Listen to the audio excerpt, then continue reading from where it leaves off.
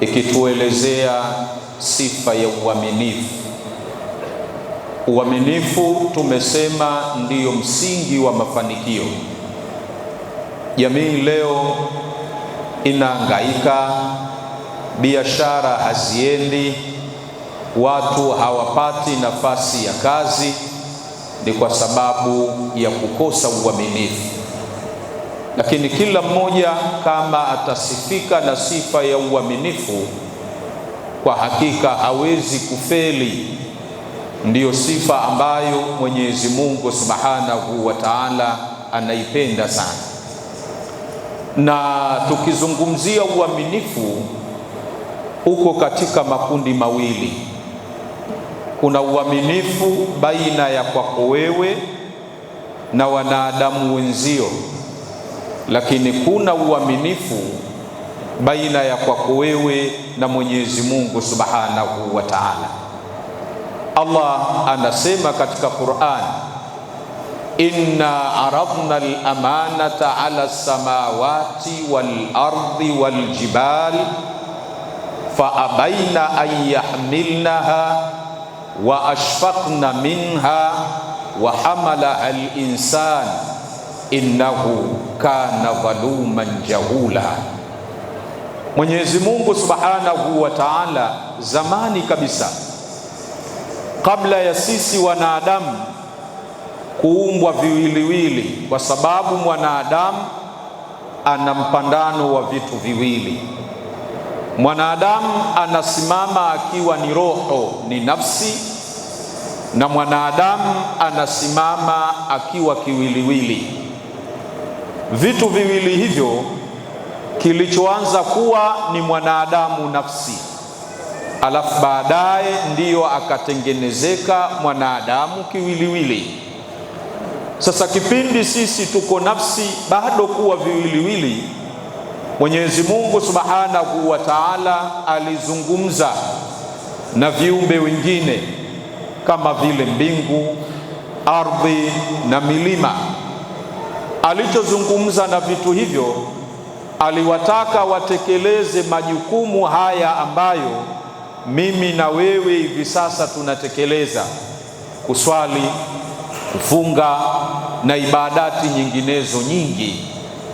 Lakini viumbe hivyo vilimuuliza Mwenyezi Mungu Subhanahu wa Ta'ala, ikiwa tutapokea juu ya kutekeleza hayo majukumu kisha tusitekeleze, nini tutafanyiwa?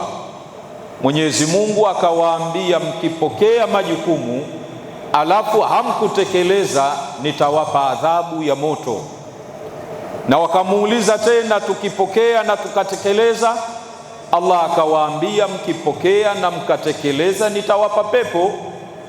Basi viumbe vile vilimwambia Mwenyezi Mungu, hatuna uwezo wa kutekeleza, hatutaki kuchukua majukumu hayo, hatutayaweza. Hapo Mwenyezi Mungu Subhanahu wa Ta'ala akawageukia viumbe wanadamu, kwa maana ya sisi. Kipindi hicho sisi ni roho na sio viwiliwili. Allah akatutaka tutekeleze haya majukumu tunayotekeleza sasa. Nasi tulimuuliza Mwenyezi Mungu, ikiwa tutapokea na tukatekeleza, nini utatupatia? Akatwambia, nitawapa pepo.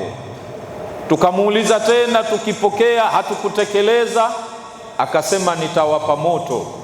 Tukamwambia Mwenyezi Mungu Subhanahu wa Ta'ala, tuko tayari kutekeleza majukumu yote. Tutafunga, tutaswali, tutatoa zaka, tutafanya kila kitu tukayapokea hayo majukumu.